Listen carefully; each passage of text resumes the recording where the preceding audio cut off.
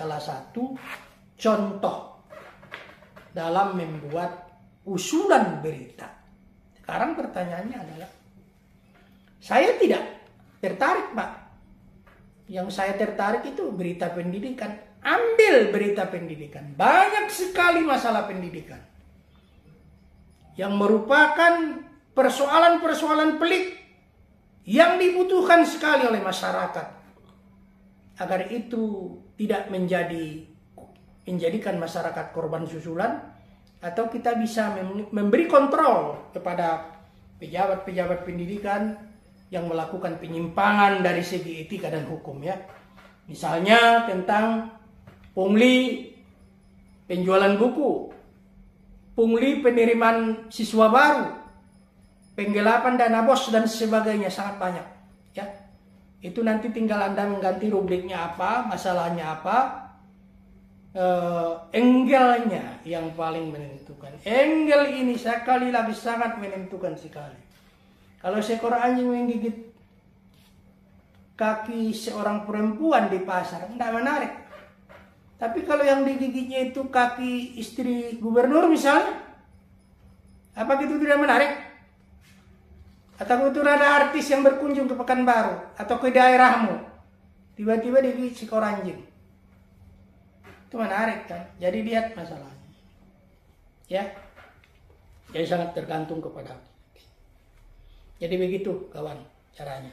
Kalau ada masalah-masalah di bidang wisata, misalnya ada wisata baru yang tiba-tiba mendadak mendapat kunjungan ribuan orang di kotamu, itu bisa menarik.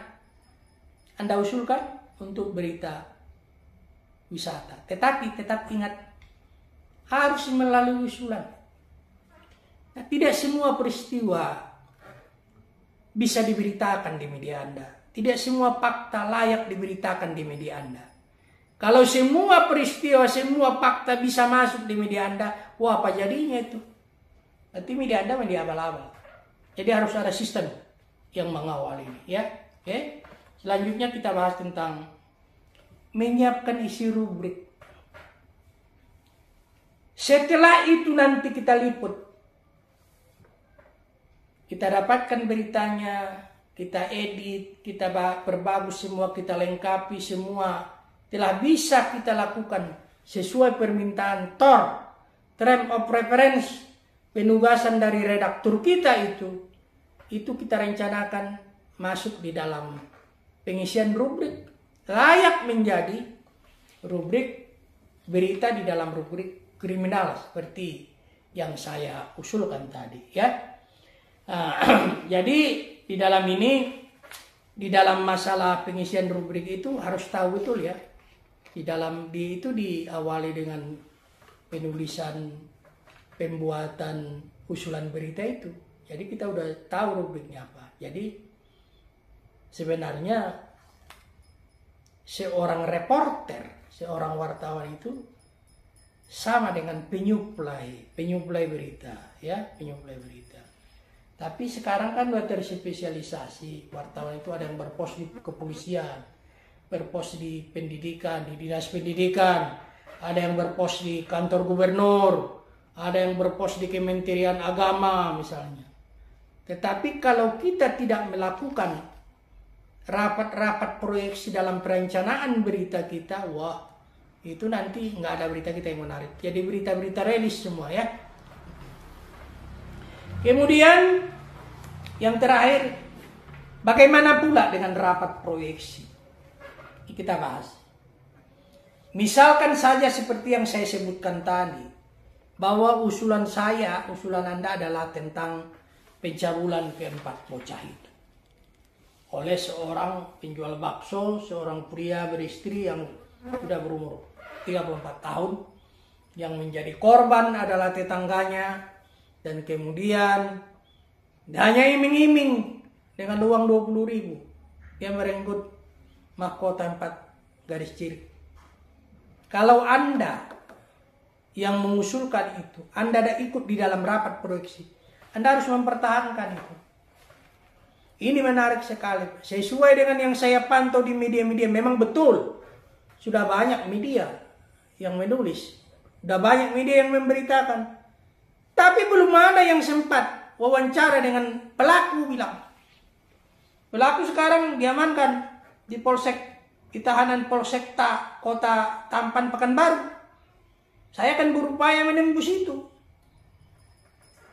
Seperti itulah dulunya yang saya jalani dalam setiap aktivitas saya sebagai wartawan majalah Kawakan, majalah Forum Keadilan yang dipimpin oleh Karnilias yang sekarang menjadi direktur pemberitaan TV One ya, Bang Wan. Semua usulan saya pada waktu itu sebenarnya sudah diberitakan oleh media-media lokal, media harian di Riau. Tetapi saya selalu menjadikan berita mereka sebagai bahan usulan. Untuk usulkan lagi ke Jakarta. Melalui Pexmail ya. Dulu belum ada email, belum ada WhatsApp. Tapi kalau sekarang Anda menjadi koresponden kan mudah sekali. Anda menggunakan WhatsApp dan gunakan ya. Ini cara-caranya ini. Seperti ini. Usulan itu. Nanti dibahas. Anda memang tidak ikut di situ karena Anda menjadi koresponden. Katakan Anda menjadi koresponden media Kumparan di Riau. Anda mengusulkan itu. Nanti Anda telepon lagi. Gimana? Ada yang diterima enggak usulan saya? Usulan itu tidak hanya satu. Bisa 2, 3, 4, 5, 6, 7, 8, 9, 10. Saya dulu waktu di majalah Forum sempat beberapa kali saya mengusulkan, tidak ada yang diterima. Saya telepon itu koordinator liputannya, Bang Maman Gantra. Apa dia bilang, berapa kau usulkan itu Wahyudi? Wah, ada 15. Wah, kurang itu. Kirim lagi. Cari informasi. Saya kirim menjadi 20. Wah, akhirnya diterima 5. Aku yang kelimpungan. Begitu. Apanya ya? Jadi kembali kepada apa kita tadi dalam rapat proyeksi berita itu, kalau Anda seorang reporter yang punya hubungan langsung, misalnya di Pekanbaru atau di Riau ini, Anda betul-betul menjadi seorang reporter andalan yang diharapkan bisa memberi usulan-usulan berita yang menarik. Dan Anda ikut rapat proyeksi. Dan redaktur Anda sudah harus bisa memimpin. Jadi pekerjaan kita ini gak main-main kawan. Jangan Anda menganggap sudah hebat, sudah, tapi Anda rapat rencana liputan juga nggak bisa. Memimpin rapat proyeksi nggak pernah. Mengusulkan berita juga tidak tahu. Jadi kalau Anda tidak tahu, silakan aja baca buku ini. Kalau Anda berminat, silakan aja beli. Ada itu nomornya itu ya. Tapi kalau Anda tidak punya minat untuk membaca, setidaknya Anda mempelajari video ini dan Anda terus berlatih. Kalau Anda terus berlatih, Anda kemudian akan bisa. Jadi di dalam rapat proyeksi berita itu akan dibahas. Kalau itu ternyata menarik, seperti contoh yang saya usulkan tadi, diterima dan itu akan dibuat kantornya, term of reference, panduan wartawan di dalam meliput dan mereportase berita berdasarkan usulan tadi.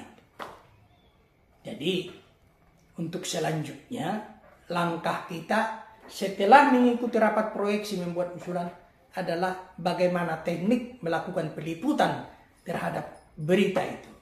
Oke? Tunggu video selanjutnya tentang teknik reportase dan peliputan berita.